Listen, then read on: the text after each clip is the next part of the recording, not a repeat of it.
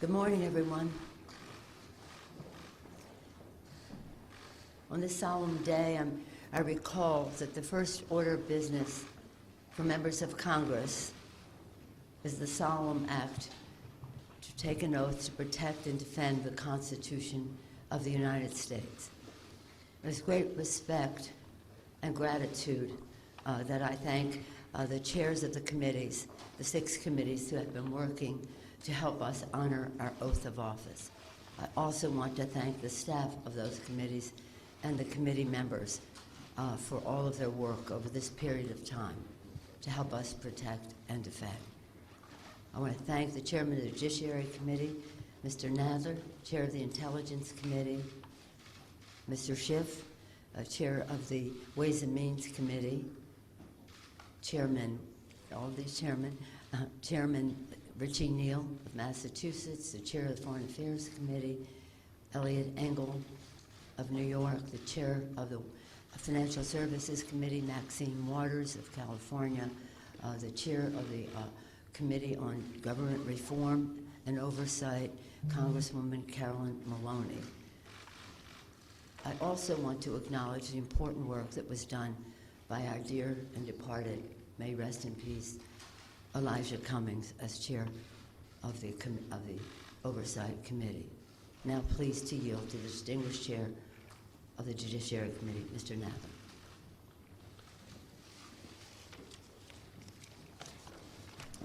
Thank you, Madam Speaker.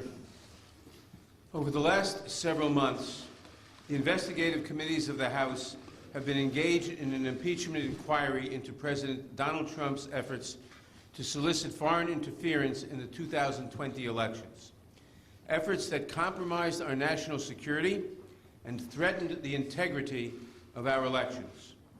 Throughout this inquiry, he has attempted to conceal the evidence from Congress and from the American people. Our president holds the ultimate public trust. When he betrays that trust and puts himself before a country, he endangers the Constitution, he endangers our democracy, and he endangers our national security.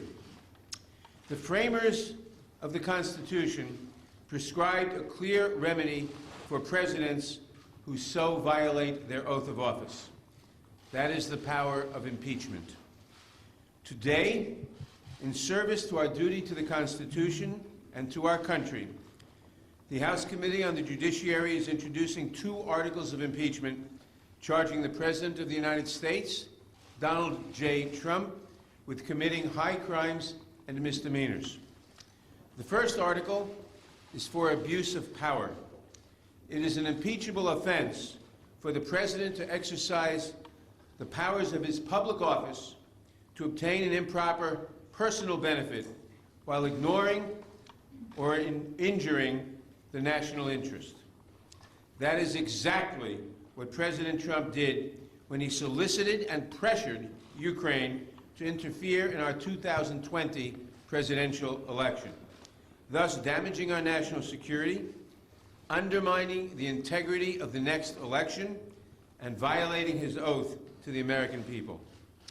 These actions, moreover, are consistent with President Trump's previous invitations of foreign interference in our 2016 presidential election. And when he was caught, when the House investigated and opened an impeachment inquiry, President Trump engaged in unprecedented, categorical, and indiscriminate defiance of the impeachment inquiry. This gives rise to the second article of impeachment for obstruction of Congress. Here, too, we see a familiar pattern in President Trump's misconduct.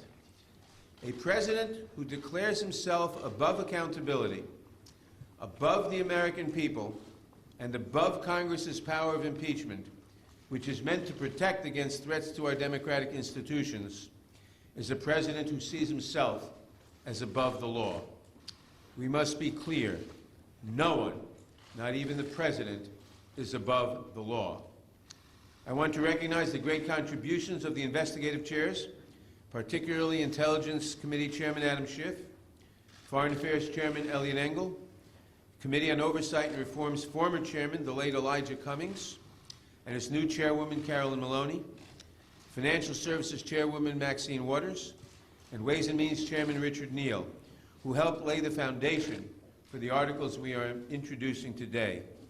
I also want to thank my Judiciary Committee colleagues who were critical in our work to hold the President accountable and in the drafting of these articles. Later this week, the Judiciary Committee will meet to consider these articles of impeachment and to make a recommendation to the full House of Representatives. We do not take this action lightly, but we have taken an oath to defend the Constitution. And unlike President Trump, we understand that our duty, first and foremost, is to protect the Constitution and to protect the interests of the American people. That is why we must take this solemn step today. Elections are the cornerstone of democracy and are foundational to the rule of law. But the integrity of our next election is at risk from a president who has already sought foreign interference in the 2016 and 2020 elections and who consistently puts himself above country. That is why we must act now. I want to turn now to Chairman Schiff, who will explain the evidence that supports these articles and the need for us to act with such urgency today.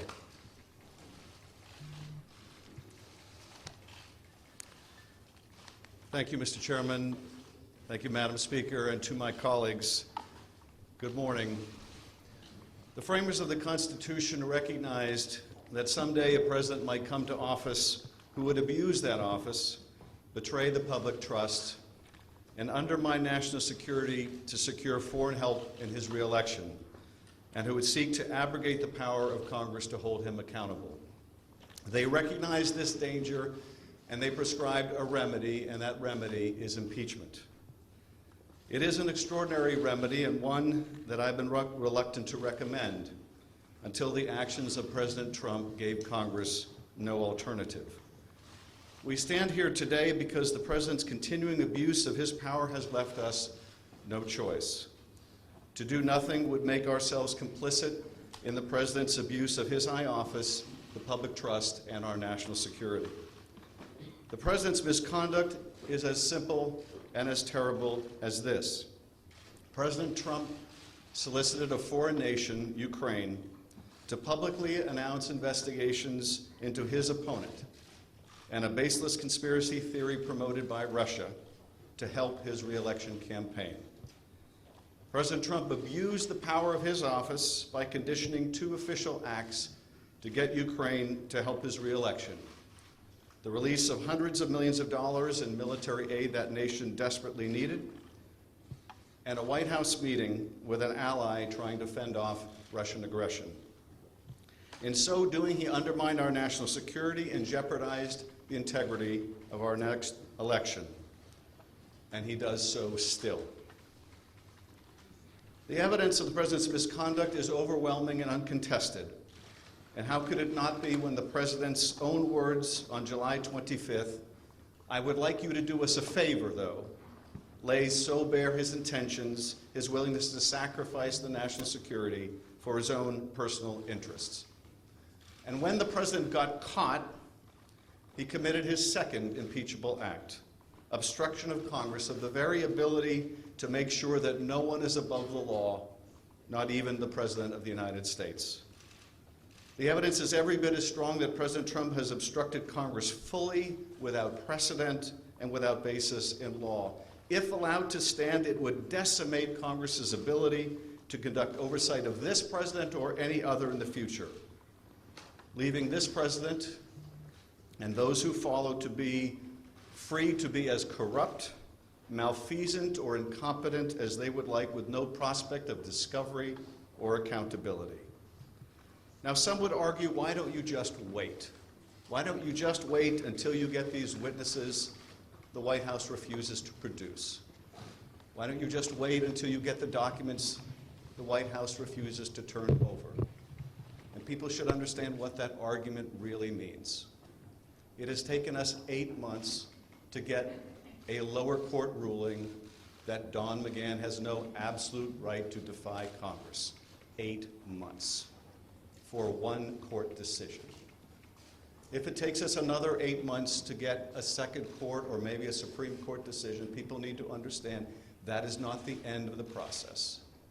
It comes back to us and we ask questions because he no longer has absolute immunity, and then he claims something else, that his answers are privileged and we have to go back to court for another 8 or 16 months.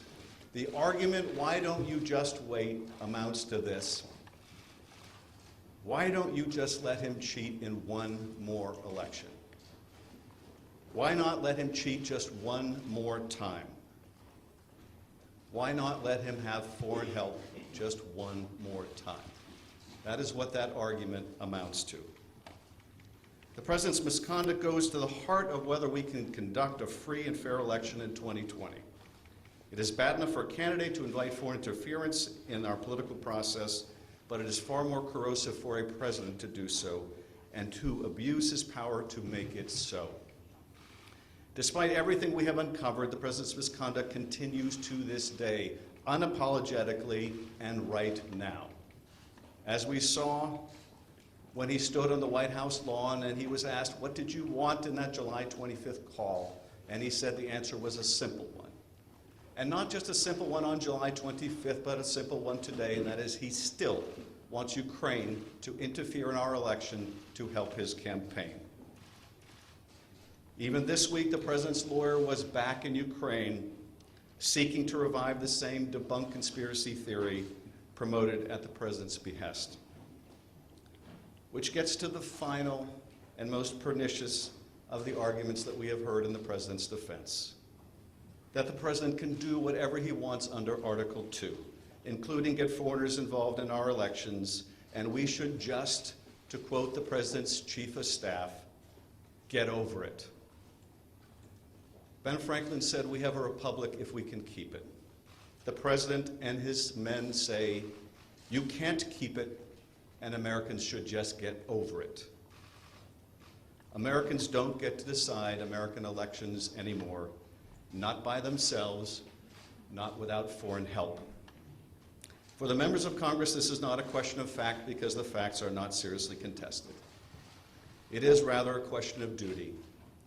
The president's oath of office appears to mean very little to him, but the articles put forward today will give us a chance to show that we will defend the Constitution and that our oath means something to us. I thank you, Mr. Chairman.